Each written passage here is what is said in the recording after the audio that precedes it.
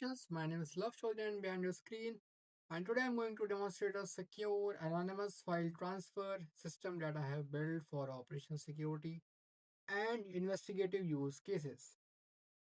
So, the problem statement is that in cybercrime investigations, we often deal with sensitive evidence, whistleblower inputs, or confidential files.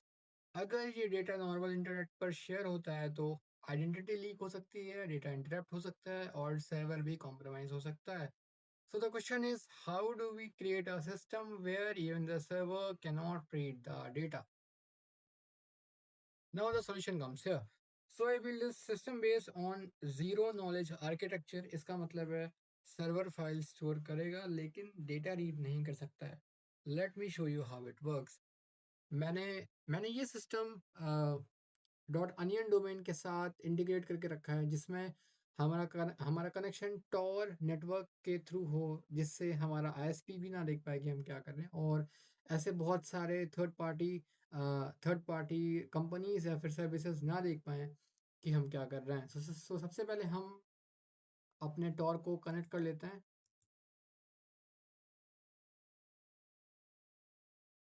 Connection establish हो गया. अब हम अपने URL को paste करके enter button hit करते हैं.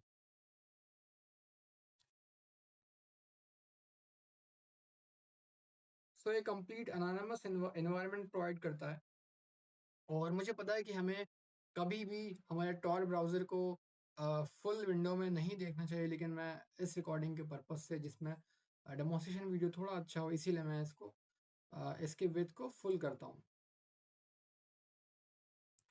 अब मैं आपको इस टूल का एक-एक फीचर बताता हूँ. सबसे पहला फीचर है हमारा फाइल अपलोड का, जिसमें सबसे पहले फाइल एन्क्रिप्ट होती है, फिर फाइल अपलोड होती है. दूसरा फीचर है एंटर एक्सेस टोकन का. तीसरा फीचर है डाउनलोड फाइल का. और चौथा फीचर है डिक्रिप्ट फाइल का.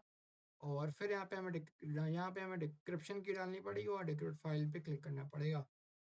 यूआई सिंपल रखा गया है ताकि नॉन टेक्निकल यूजर्स भी इसे यूज कर सकें. अब मैं आपको यहाँ पे एक फाइल अपलोड करके दिखा देना चाहता हूँ. मैं ब्राउज पे क्लिक करता हूँ और कोई एक रैंडम फाइल चूज कर लेता हूँ. चलिए मैं इसी फाइल को चूज कर लेता हूँ जो कि पीएनजी फॉर्मेट में है. अब यहाँ पे एक ऑप्शन आता है एंटर एक्सेस टोकन. ये टोकन सिस्टम इंश्योर करता है कि अनऑथराइज अपलोड पॉसिबल ना हो और हर एक्सेस कंट्रोल्ड हो.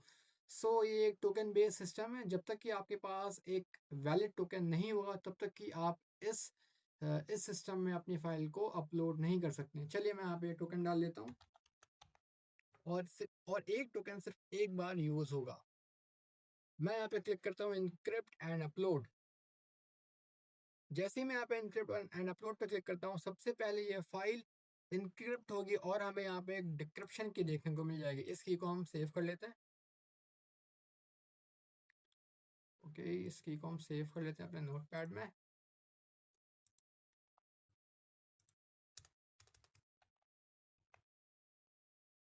ठीक है. अब हम ओके पे क्लिक करेंगे. अभी यहाँ पे फाइल हमारी अपलोड हो चुकी है और हमें हमारी फाइल आईडी भी मिल गई है. हम इस फाइल आईडी को भी संभाल के रख लेते हैं. ये फाइल आईडी काम आएगी हमारे फाइल को डाउनलोड करने के लिए. अगर कोई यूजर हमारी फाइल को डाउनलोड करना चाहता है तो वो इसी फाइल से उस फाइल को डाउनलोड कर पाएगा. सबसे पहला और अच्छा एक सिक्योरिटी फीचर हमें यहाँ पे लगा. जब हमारी फाइल अपलोड होने के पहले ही ब्राउजर में ही वो इनक्रिप्ट हो जाती है, उसके बाद वो अपलोड होती है और दो चीज़ें मिलती हैं. सबसे पहली चीज़ हमें एक डिक्रिप्शन की मिलती है और दूसरी चीज़ हमें एक फाइल आईडी मिलती है. अब हम इस फाइल को डाउनलोड करते हैं और डाउनलोड करने के लिए इस फाइल का हमें फाइल आईडी चाहिए होता है. मैं इसे कॉपी कर लेता हूँ और एंटर फाइल आईडी के टैब में फील्ड में उस फाइल आईडी को पेस्ट कर देता हूँ. जैसे मैंने इस फाइल आईडी को पेस्ट किया, वैसे ही मेरे को यहाँ पे एक डाउनलोड बटन दिखा. मैंने इस डाउनलोड बटन पे क्लिक किया.